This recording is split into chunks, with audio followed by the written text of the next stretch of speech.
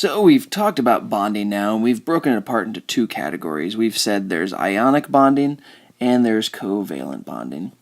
And with ionic, we've pointed out that it's not really that fair. You have one atom that loses its electrons, another atom actually takes those electrons away. With covalent, though, we've painted this nice, pretty little picture how the atoms get together. They share their electrons in the middle. It turns out I was lying to you. Before we could talk about what actually happens in covalent bonds, I need to give you a new term, and this new term is electronegativity. So what electronegativity is it's an element's pull for bonded electrons. In other words, an element that has a high electronegativity will have a better attraction for shared electrons. So if we've got two atoms that are sharing electrons, remember in the center of those atoms is that positively charged nucleus, and then when they share those electrons, they put their electrons right here in the middle. And so electronegativity would be the difference in how much this electron or this nucleus has a pull for the electrons versus this nucleus. So if this one's more electronegative, it's going to have a stronger pull for the electrons than that one is. So you're probably wondering, what's up with the polar bear, the delicious looking ice cream cone, and the penguin? Ladies and gentlemen, it's an analogy. So the polar bear is going to represent an element with a high electronegativity, which we'll just call E negative. So polar bear has a high electronegativity, and the penguin's going to represent something that has a low electronegativity. And the ice cream cone then is going to represent shared electrons. Shared electrons. So then the ice cream cone would be the covalent bond that holds them together. So then let's imagine that we've got our little penguin friend and our polar bear, and they're sharing those electrons in the middle. That bonded set of electrons would be the ice cream cone. Now think about this. You got a big, strong polar bear. You got a weak little penguin. Who's going to get more time with the ice cream cone? Yeah, it's going to be that polar bear because he's stronger. And so if we throw this into terms of bonding and electrons, the electrons are going to be pulled towards the more electronegative element, the polar bear. So to this point, we've called covalent bonds a sharing of electrons, but really, it's an unfair sharing of electrons when we have what we call a polar covalent bond. We call it polar covalent because the electrons are being pulled towards one side. They're supposed to be sharing them, hence the word covalent, so it's a sharing of electrons, but they're not really sharing very fairly. The polar bear is going to get more time with the electrons, so therefore it's a polar covalent bond. And if we look at the elements represented here, hydrogen and chlorine, that would be an example of a polar covalent bond.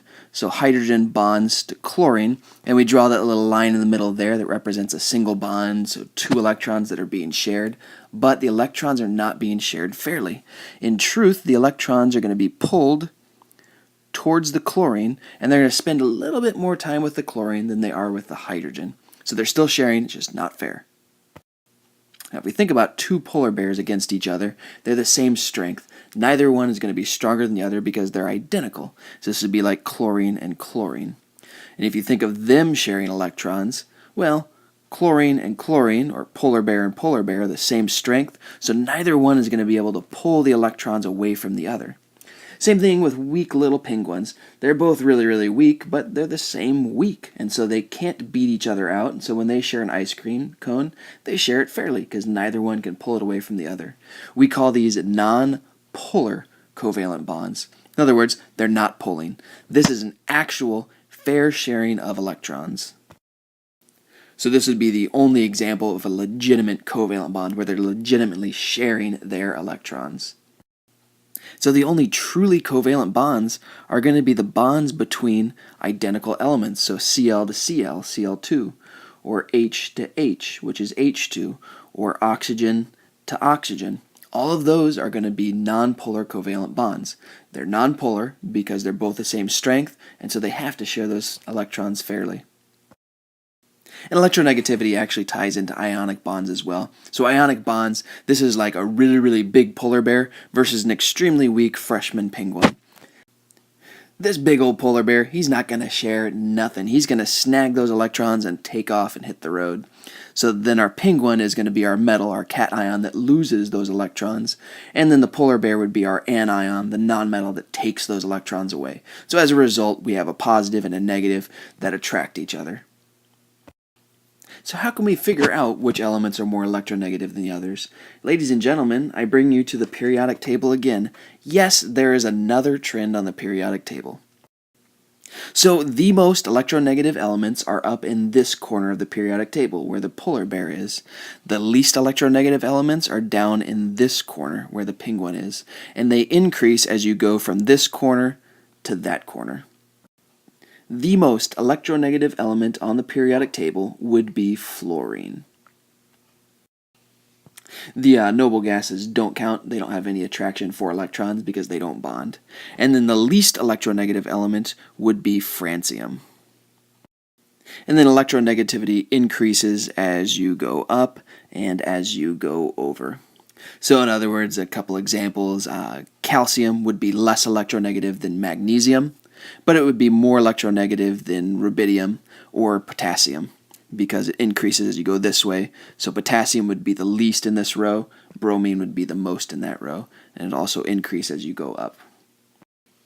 So let's take a look at 4 examples here. So we've got nitrogen, N2, we've got NO, we got ICl, and Be2F. So let's identify what types of bonds these would be. So N2, for example, that's nitrogen bonded to nitrogen. So they're both pretty strong as far as electronegativity goes, but it's the same element on either side. So the electrons that they're sharing are going to be shared fairly. This would be a nonpolar covalent bond. Then if we look at the nitrogen-oxygen bond, in this case, they're not the same element. So they're not going to share fairly. So then the question is, which one of these two is stronger?